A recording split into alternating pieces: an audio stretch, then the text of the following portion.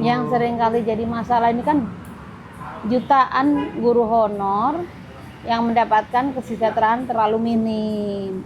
Dia kerja kan sebenarnya sama, ngajar juga. Iya. Jumlah mungkin tidak jauh beda lah jumlah jamnya dengan sekolah-sekolah, tapi mereka menerima honornya masih terlalu kecil. Untuk kebutuhan hidupnya aja nggak cukup.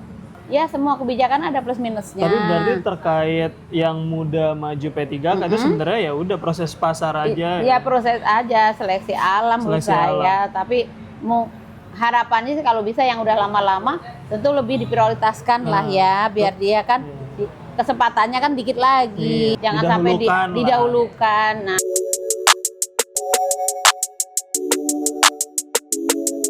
Jadi belakangan tuh lagi heboh ini guru honorer.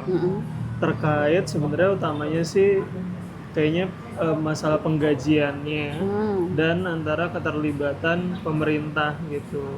Ya. Pertama mungkin ini kali ya, Mama. Yang pernah jadi kepala sekolah ya? Ya. Pernah ngangkat guru honorer berarti? Ya, zaman itu pernah ngangkat ketika gurunya kurang, jam mengajarnya itu masih banyak sehingga harus mengangkat guru honor. Ya, tapi zaman itu memang kebijakannya masih dibolehkan. Masih dibolehkan? Zaman itu. Oh, emang sekarang udah nggak boleh? Sekarang ada aturan memang tidak dibolehkan sekolah negeri mengangkat guru honor. Gitu. Oh, berarti kalau gurunya kurang? Guru kurang biasanya sekolah mengajukan ke dinas untuk mendapatkan guru tambahan. Bisa dari sekolah lain yang kelebihan guru, yang kekurangan jam. Di antaranya itu atau pengangkatan guru DPK, guru P3K, seperti itu. Oh, berarti kalau kurang request gitu ya? Iya, mengajukan laporan kan setiap satu semester juga laporan. Misalkan kekurangannya guru apa, bidang studi apa, dilaporkan. Nah, nanti ada penempatan guru P3K atau guru PNS yang baru diangkat. Ditempatkan di sekolah yang membutuhkan. Guru honorer yang gaji itu siapa? Guru honorer itu kalau zaman dulu mah dari sekolah karena dulu ada komite. Kalau sekarang digaji oleh pemerintah daerah. Pemerintah daerah? Iya, KKI itu kan digaji. KKI itu kan kontrak kerja individu itu digaji oleh pemerintah daerah. Itu kurang lebih seperti UMR. Iya, itu sebenarnya guru honor yang digaji seperti itu. Ada ketentuannya gitu. Ada syarat-syaratnya juga untuk jadi itu KKI itu. Berarti digajinya tetap dari daerah? Tetap dari pemerintah daerah. Di bahasannya ada Ferry Irwandi kan nonton. Dia bahas secara ini kan ada ASN. ASN itu ada dua, ada P3K sama PNS. P3K kan yang terbaru tuh ya. Iya kan? Betul. Nah, ANS non PNS. ASN non PNS itu P3K. Ya, itu betul. P3K. Nah, guru honorer di luar dari itu. Di luar itu, iya. Ada juga bahasan yang dia sebenarnya digaji sama yayasan ya, atau? Iya, kalau swasta seperti itu. Iya. Kalau swasta kan hampir mayoritas guru honor, karena sekarang udah nggak ada lagi PNS yang diperbantukan di swasta. Saya ingat Mama ya, karena terakhir dulu Mama guru DPK pindah ke negeri. Waktu itu pindah ke negeri, sebagian besar teman-teman Mama pindah ke negeri. Jadi praktis nggak ada, tapi saya tidak tahu sekarang masih ada atau tidak. Nah kalau di swasta kan murni digaji oleh yayasan. Standarnya beda-beda, tiap sekolah sesuai kemampuannya. Semakin mampu yayasannya, tentu honornya semakin besar. Tetapi selain itu mereka juga mendapatkan sertifikasi. Yaitu guru-guru honor itu. Sertifikasi dari pemerintah. Kalau di sekolah negeri, sertifikasi itu besarannya 1 bulan gaji. Gaji pokok. Sertifikasi itu maksudnya pendapatan lagi? Pendapatan lagi di luar itu. Yang turunnya kalau dulu per 3 bulan, per triwulan. Ya, tapi mulai tahun ini akan turun per bulan. Setiap bulan akan turun. Ya. Oh, wow. Jadi selain gaji yang kita terima, kalau pegawai negeri nih ya, kemudian nanti menerima, kalau di DKI Jakarta ada TKD, namanya tunjangan kinerja daerah. Kemudian ditambah lagi ada sertifikasi. Untuk guru-guru yang sudah memenuhi standar sertifikasi. Oke. Guru honorer. Oh, ada juga satu lagi yaitu guru Islam, bukan Islam. Apa? pesantren, madrasah, itu digajinya oleh Kementerian Agama. Ya, Depak. Depak. Iya, jadi ada pendidikan pesantren atau ya pesantren rata-ratanya itu di bawah naungan Depak yang ngelola. Tapi di beberapa hal dia juga berhubungan dengan Dinas Pendidikan daerah tersebut. Iya, gitu. benar. Jadi Nah, ada dua pengelola iya, gitu. nah makanya itu juga jadi hal yang memperumit kondisi terkait dengan guru honorer. Karena secara undang-undang yang ngatur juga ada berlapis. Ya. Secara departemennya Beda itu juga pengelolanya. beda-beda. Iya, betul. Jadi apa ya istilahnya induknya jadi ada dua. Iya. Kalau Depak kan itu mengelola memang sekolah-sekolah itu ya pesantren dan lain-lain. Kemudian dari Pemda juga mengatur itu. Belum Dinas lagi. Departemen Pendidikan juga. Iya. Ya kan? Departemen Pendidikan, kemudian ke Dinas Pendidikan, baru ke sekolah-sekolah seperti itu. Belum lagi kaitannya dengan ketenaga kerjaan.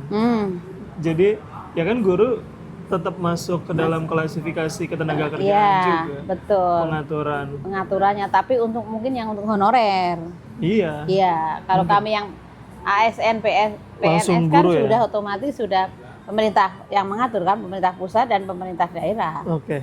Gitu. Kita ngomongin terkait sertifikatnya untuk menjadi guru honorer. Bukan sertifikat, apa sih? Rekrutmen untuk guru honorer itu siapa yang menentukan? Ya, kalau di sekolah negeri ada tahapannya. Ada rekrutmen untuk si itu. Sekolahnya yang menentukan? Bukan Dinas Pendidikan dong. Dinas Pendidikan. Iya, untuk memenuhi syarat menjadi itu gitu kan. KKI namanya kan. KKI. Tapi kalau untuk swasta biasanya ya sekolah-sekolah yang bersangkutan yang mengadakan tes. Untuk menerima guru honor itu biasa yayasan. Tahun ajaran baru biasanya misalkan guru matematika, maka dia mengadakan tes untuk guru matematika. Yang memenuhi syarat itulah yang diterima sebagai guru matematika kayak gitu. Oh, berarti tergantung. Kalau honorer tapi negeri, tutupin deh. Nih, tutupin. Kalau honorer tapi negeri, maka dia diseleksi oleh Dinas Pendidikan. Iya. Tapi kalau swasta langsung yayasannya gitu ya. Tapi karena sekarang tidak ada penerimaan guru honorer, jadi tidak ada lagi ya. Yang ada adalah P3K pengangkatannya dan P3K paruh waktu. Alasan kok di media guru honorer itu gajinya bisa sangat-sangat rendah itu bisa ratusan ribu doang per bulan. Ada, itu banyak terjadi di beberapa daerah. Karena kan kemampuan sekolah untuk menggaji itu. Kemampuan sekolah atau kemampuan daerah? Kemampuan sekolah dong, kalau honor kan honorer sekolah. Belum digaji oleh pemerintah daerah. Kecuali yang udah KKI. Kan KKI itu khusus Jakarta. Kalau di daerah lain kan tidak ada KKI itu. KKI itu diangkat oleh pemerintah daerah DKI dalam rangka mengisi kekosongan guru-guru. Jadi standar gajinya mendekati UMR. Jadi kan sesuai gitu ya. Tapi kalau di daerah lain kemungkinan honor murni yang diangkat oleh sekolah-sekolah tersebut atau yayasan-yayasan tersebut. Meskipun di negeri? Enggak ada. Kalau di negeri ya udah nggak ada pengangkatan, nggak ada penerimaan honorer kalau di negeri. Memang udah nggak boleh. Di luar daerah Jakarta? Iya. Wow. Jadi yang dimaksud guru honor gajinya kecil 100.000, 300.000. Tapi ada tunjangan, sebenarnya ada kebijakan dari departemen untuk guru honorer itu ada tunjangannya. Dulu besarannya kalau nggak salah ya 300 sampai 400.000 untuk membantu mereka. Tunjangan dari pemerintah pusat untuk guru-guru honorer di daerah. Selain yang ada dari yayasan. Tapi kan nggak cukup juga mungkin ya kalau gaji dari yayasan misalkan nggak besar. Tapi sebagian sekolah-sekolah yang mampu sudah bisa memberikan honor pada gurunya ya walaupun tidak sesuai UMR tapi ya sudah, saya kira ada sih sekarang di atas 1 juta 2 juta sudah ada juga. Meskipun sebagian masih ada juga yang rendah gitu. Dia tolong deh bawa aja. Ini ada gede banget lalatnya. Guru. Yang sering kali jadi masalah ini kan jutaan guru honor yang mendapatkan kesejahteraan terlalu minim. Dia kerja kan sebenarnya sama, ngajar juga. jumlah mungkin tidak jauh beda lah jumlah jamnya dengan sekolah-sekolah, tapi mereka menerima honornya masih terlalu kecil untuk kebutuhan hidupnya aja nggak cukup. Makanya banyak yang nyambi kerja informal kan, bahkan ya pokoknya informal gitu loh buat tambahan supaya cukup kan. Nah itu yang terus diperjuangkan kan. Ada bahasan gini, jadi gaji guru honor itu diatur oleh pusat sebenarnya, tapi penyelenggaranya dijalankan oleh daerah. Nah sehingga ya besarannya itu beda-beda karena tergantung daerahnya masing-masing. Nah salah satu cara biar standarisasi guru adalah si gajinya itu nggak dari pusat aja langsung ditentukan. Harapannya, pengennya. Nah tapi konsekuensinya kalau seperti itu, maka semua guru itu jadi pegawai apa sih sebetulnya pegawai pusat, bukan daerah. Kalau sekarang mama nempel ke daerah. Daerah. Kan? Iya. Karena otonomi daerah maka guru-guru ke daerah. Iya. Iya. Nah menurut mama gimana? Ya, kalau ditempel ke pusat? Selama aturannya masih mengatur seperti itu ya semuanya ke daerah. Ya. Jadi anggaran itu diserahkan ke daerah, dari pusat ke daerah, nanti daerah yang mengelola. Nah tentu biasanya besarannya jadi bervariasi. Iya. Sesuai juga kemampuan daerah gitu kan. Karena selain dari pusat kan mungkin daerah juga ada yang nambahin juga, kayak DKI Jakarta kan untuk tunjangan kinerja daerahnya lebih besar karena kemampuan daerah DKI Jakarta untuk bayar gurunya lebih besar. Nah, jadi dengan skema yang ditarik ke pusat, semua guru adalah guru pusat. Kalaupun ada tunjangan tambahan, baru dikembalikan ke daerah, tergantung kemampuan daerah masing-masing. Jadi secara gaji standarnya itu sudah setara seluruh Indonesia. Untuk pegawai PNS, ASN itu yang terjadi. Standar gajinya sudah sesuai dari pusat semua. Sesuai golongan, sesuai tahun kerja, masa kerja. Itu PNS, tapi untuk honorer belum bisa seperti itu. Karena jumlah honorer kan jauh lebih banyak. Kemampuan skema penggajiannya juga mungkin perlu diperhitungkan lagi. Ya kan ASN aja jumlahnya berapa juta se-Indonesia. Kalau PNS jelas gaji tetapnya sekian, tunjangannya sesuai kemampuan daerah. Nah itu udah beda-beda tuh. Itu udah. Tapi kalau untuk honorer belum seperti itu. Sepertinya belum seperti itu. Masih sesuai. Kalau diskemain kayak PNS cuma tentu ada beberapa hal yang dibedakan. Sangat mungkin jika atau apabila keuangan negara mampu untuk itu. Dan kalau mampu bagusnya ya seperti itu.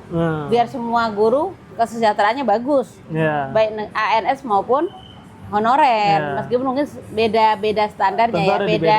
Ya, hitung-hitungannya beda ya, dapat. Ya, kayak atau gitu. Jangka kontraknya. Itulah makanya ada yang namanya P3K itu. Kebijakan P3K itu diantaranya untuk itu. Diangkat kan. Guru-guru yang di swasta itu banyak yang diangkat jadi P3K, pindah ke negeri. Karena pindah ke negeri dengan sendirinya dia kesejahteraan sudah sesuai dengan aturan yang berlaku. Jadi jauh lebih baik. Nah, tapi itu belum semuanya. Tersentuh belum lah. Mungkin secara bertahap. Guru-guru yang udah lama mengabdi belum diangkat. Nah, itu sekarang mulai diangkatin. Terkait P3K. Guru-guru yang sudah lama mengabdi tadi untuk menjadi P3K itu kan butuh proses. Iya, ada proses seleksi. Iya, betul. Guru-guru guru-guru yang udah lama mengabdi, apakah masih bisa keep up untuk bisa lolos dapetin si P3K-nya? Bisa, nyatanya teman mama banyak. Udah mau pensiun, diangkat jadi P3K, baru diangkat. Sebelumnya guru honor murni di sekolah swasta. Sekarang diangkat dari P3K ditempatkan di sekolah mama, sekolah negeri. Nah, bentar lagi pensiun bareng mama. Jadi ada batas usia, tapi dia umurnya lebih tua dibandingkan PNS yang baru. Kalau jadi PNS baru kan 35. Nah kalau ini bisa di atas 50 untuk jadi P3K itu. Tapi nggak tahu kalau aturan yang baru ya. Setahu mama ada beberapa teman yang usianya udah menjelang pensiun. Maksudnya 50 lebih lah, 55 lebih, itu masih bisa diangkat jadi P3K dan dibawa ke sekolah negeri. Awalnya P3K itu juga tujuannya adalah untuk mengakomodir yang sudah lama mengabdi tapi tidak menjadi PNS. Tapi kenyataannya yang muda-muda maju P3K. Ya. Akhirnya yang tua-tua nggak kebagian juga. Ya, betul. Gimana? Ada juga seperti itu. Ya nggak apa-apa, berarti itu proses Iya, pasar proses, aja. tapi mungkin ada, ya entahlah, tapi nyatanya yang tua-tua banyak juga yang dapet. Oh. Nah sekarang kebalikannya, Win, ketika kejadi kebijakan itu, maka banyak sekolah swasta yang merasa kehilangan, kekurangan guru dong. Oh. Guru yang udah honor lama di sana dan udah berpengalaman, tiba-tiba diangkat jadi P3K. Nah, ia merasa juga keberatan juga. Maksudnya bukan keberatan, kehilangan lah guru, kekurangan guru. Akhirnya narik lagi guru baru. Sementara ini udah guru-guru senior. Ada juga problematika seperti itu. Ada kejadian seperti itu. Swastanya berdampak. Iya, berdampak. Jadi ya semua kebijakan ada plus minusnya. Tapi berarti terkait yang muda maju P3K itu sebenarnya ya udah proses pasar aja. Iya, proses aja, seleksi alam menurut saya. Tapi harapannya sih kalau bisa yang udah lama-lama tentu lebih diprioritaskan lah ya, biar dia kan kesempatannya kan dikit lagi. Jangan sampai didahulukan. Nah, kalau yang muda mungkin beda lagi ininya. Ya harapannya kayak gitu. Mama tidak mendalami persis, tapi teman-teman yang masuk gitu saya cerita seperti itu. Terkait swasta tadi yang kehilangan guru, bukan apa tadi, P3K swasta. Oh ini, untuk menjadi P3K syaratnya itu sebenarnya jadi honorer nih sama jadi P3K itu selisihnya cuma satu tes doang. Ketika dia lolos tes P3K maka dia udah jadi P3K gitu. Nah itu saya nggak mendalami persis, tetapi emang ada tahapannya, seleksi berkas, kemudian tes, baru nanti dinyatakan lulus jadi P3K. Terakhir kali kan namanya P3K paruh waktu. Tuh hampir semua honorer di sekolah mama diangkat semua tuh, hampir semuanya. Tersisa 2 orang aja.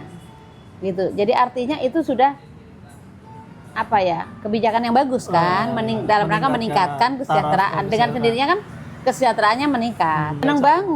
Seneng banget, tapi di satu sisi dia ditempatkan di sekolah lain. Sebagian, nggak semuanya. Jadi misalkan 8 orang diangkat, yang 6 orang tetap di sekolah mama, yang lainnya di sekolah lain. Ya itu ada rasa sedih juga pindah, tapi kan ini dalam rangka pemerataan. Ternyata saya butuh ini, sini butuh ini kayak gitu. Jadi selain mengangkat juga diratakan lah posisinya. Ya, itu juga salah satu tantangan untuk pemerataan kebijakan guru. juga. Betul, karena pemerataan guru kan misalkan di sini kelebihan guru matematika. Sementara di tempat lain kelebihan. Ya, jadi kan harus subsidi. Ada tuker-tukeran kayak gitu.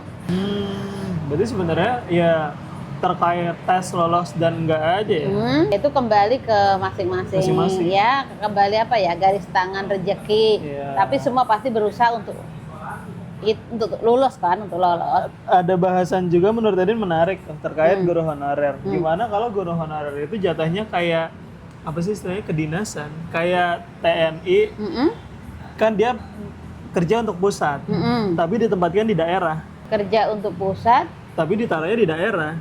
Nah, ditaruh di daerah, ada rumah dinas lah, ada tunjangan-tunjangan yang sifatnya bukan gaji doang nih, tapi ada ya rumah, ada atau apa gitu.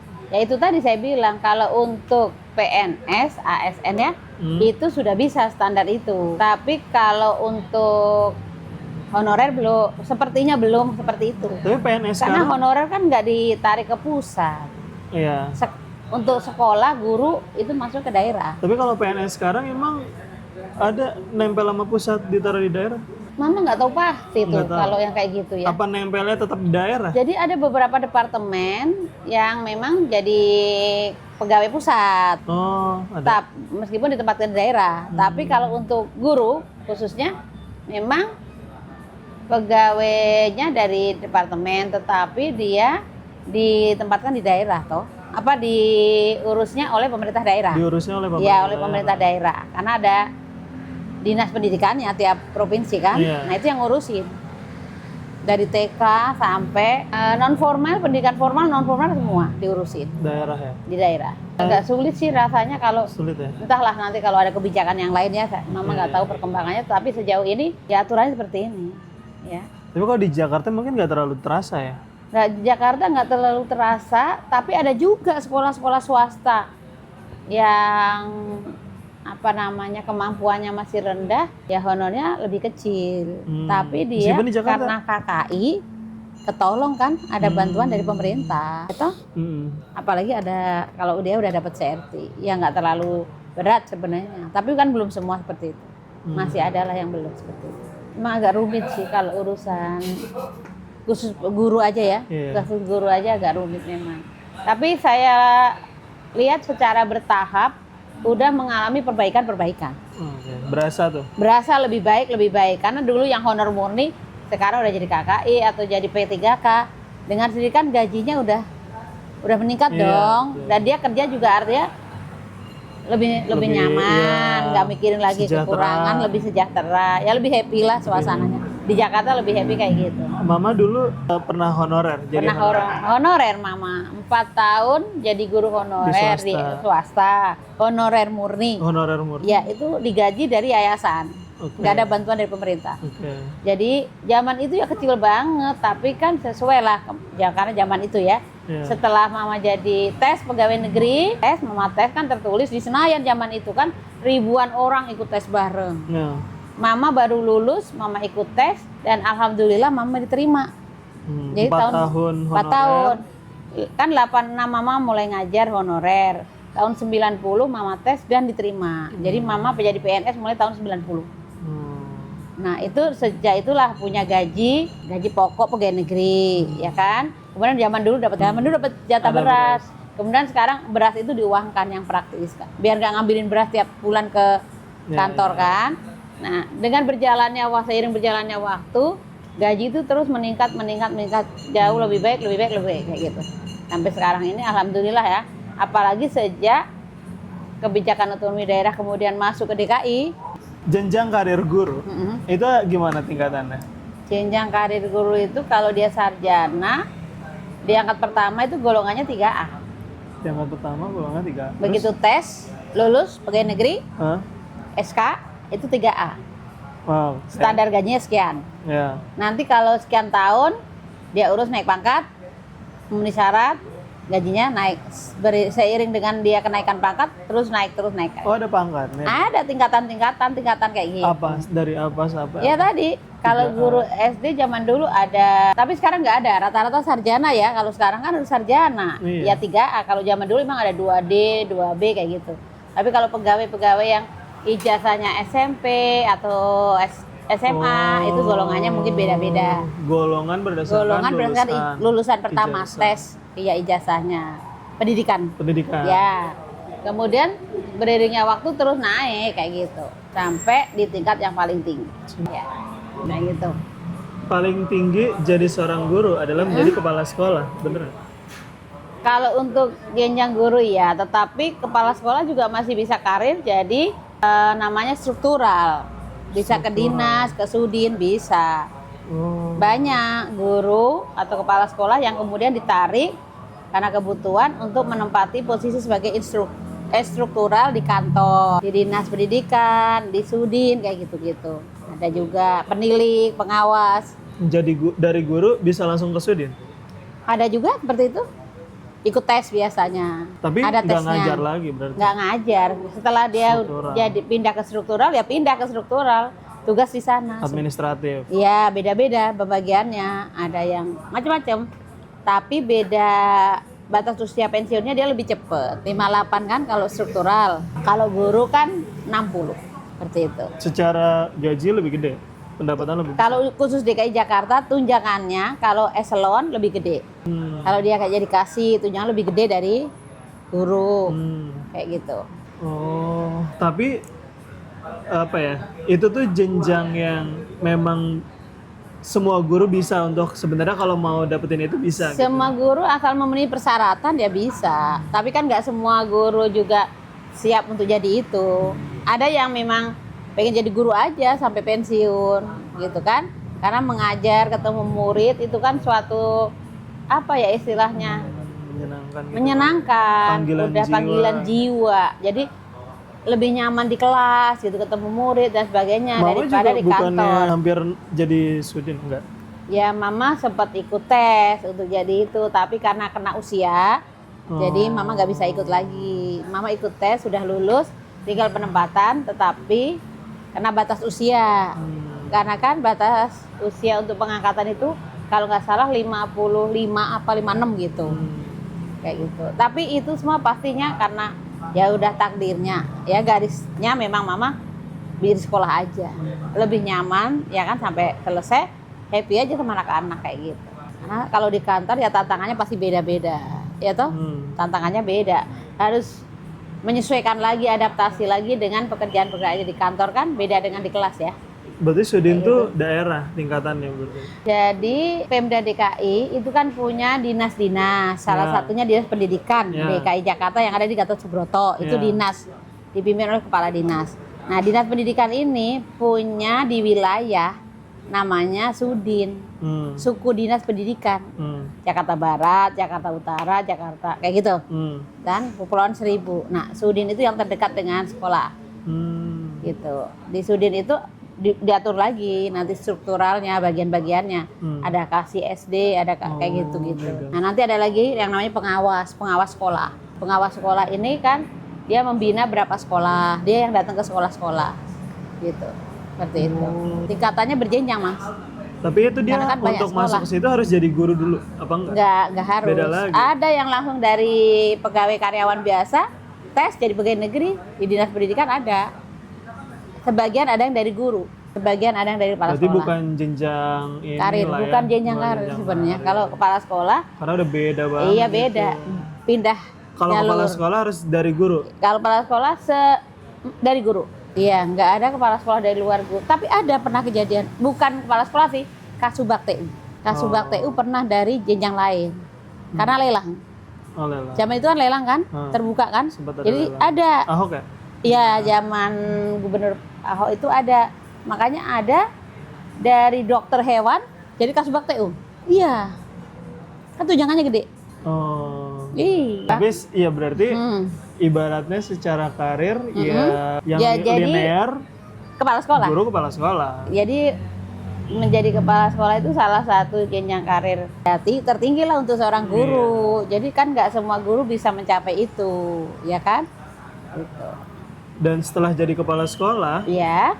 ada juga bahasan nggak semua jadi dari kepala sekolah mau kembali lagi ke guru. Salah satu alasannya adalah karena kan jadi kepala sekolah itu bertahun-tahun ya, at least 7-8 tahun ya. Jadi satu masa jabatan tuh 4 tahun kepala sekolah. Nanti maksimal 2 tahun, 2 kali masa jabatan berarti 8 tahun. Setelah itu boleh dipilih kembali kan. Ada juga yang otomatis pernah sampai 12 tahun, tapi beda-beda kebijakan ya. Kemudian ada yang turun jadi guru lagi, baru nanti ikut tes lagi jadi kepala sekolah. Ada juga seperti itu.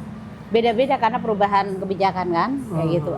Ada juga dari kepala sekolah ikut tes jadi pengawas, ada juga kayak gitu. Dan ya kebanyakan sih kalau udah selesai kepala sekolah 2 periode kena demosi balik jadi guru.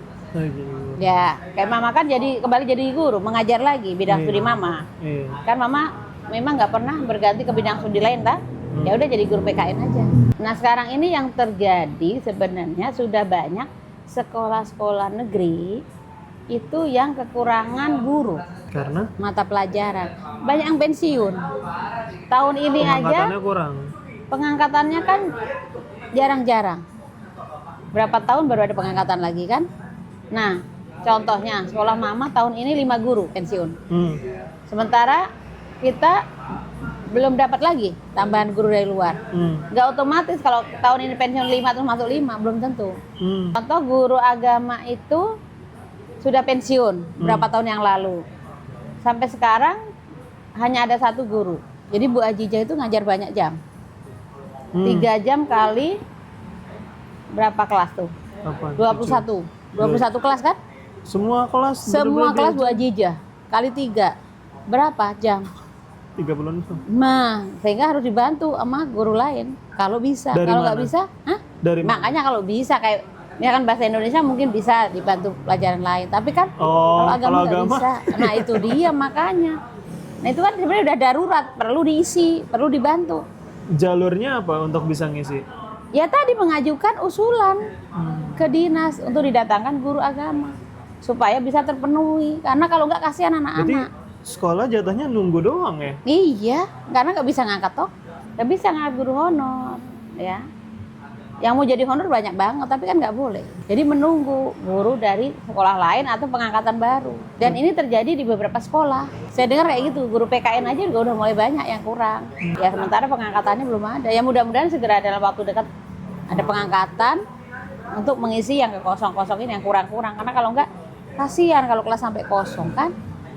Kan nggak mungkin double-double ngajar. Berarti kalau lulusan guru, kalau orang mau jadi guru, jalurnya ikut tes yang diselenggarakan negara atau masuk ke swasta yayasan? Ya, itu solusinya.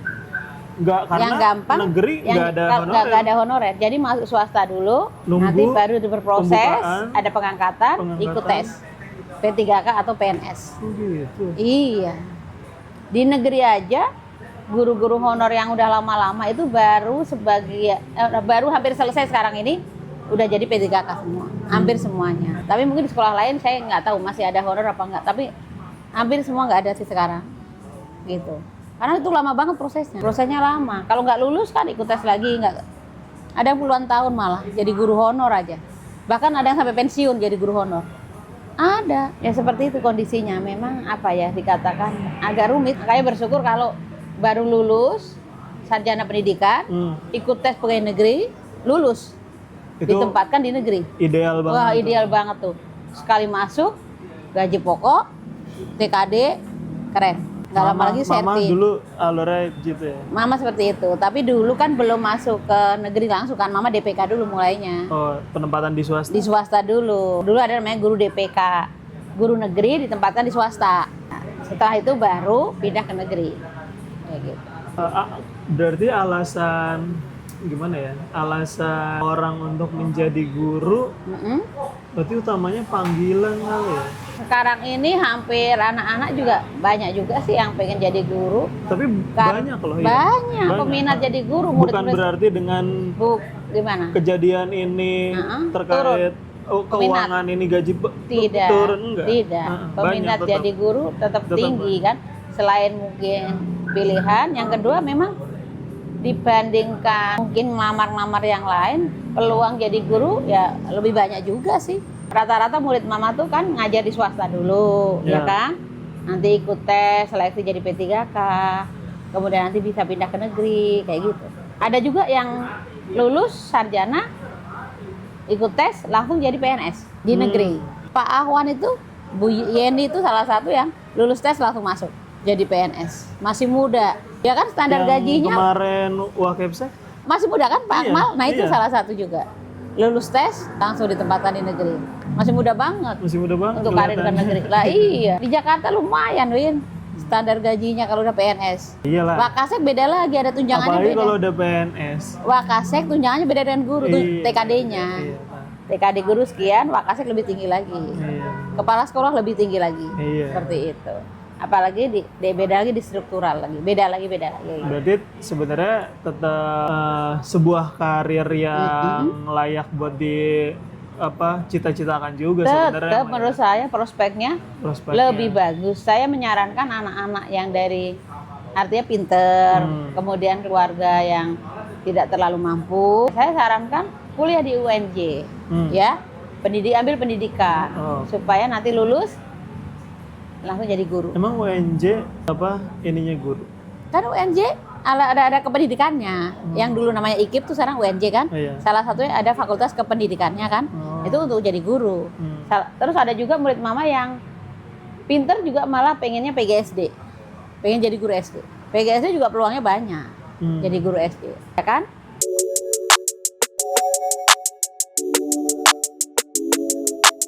Jadi suatu profesi yang menurut saya juga tidak mengkhawatirkan untuk masa depan, Win. Alhamdulillah sih. Win lihat kan teman-teman mama? Iya. Iya lumayan. Ya, artinya di Jakarta tidak terlalu kesulitan. Di Jakarta ya? Iya di Jakarta. Tapi di daerah juga saya lihat juga bagus teman-teman mama yang di daerah. Karena dia bisa nyambi, bisa punya sawah, ya kan? Pulang dari sekolah dia bisa ke sawah. Gajinya utuh. Nah, sebenarnya kembali pada kreativitas kita, profesi apapun. Kalau ya, kita kreatif, tapi harus kreatif gitu loh. Iya.